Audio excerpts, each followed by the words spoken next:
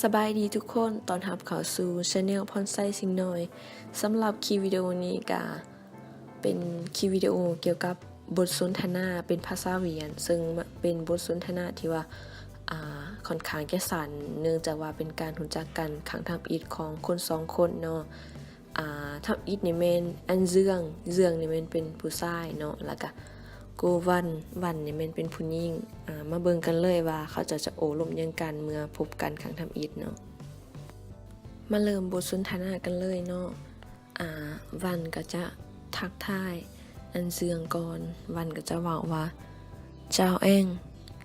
สบายดีอ้ายส่วนเสื่องก็จะตอบมาว่าเจ้าเอม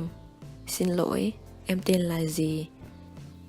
สบายดีน้องขอโทษเด้อน้องซื้อยังem tên là Văn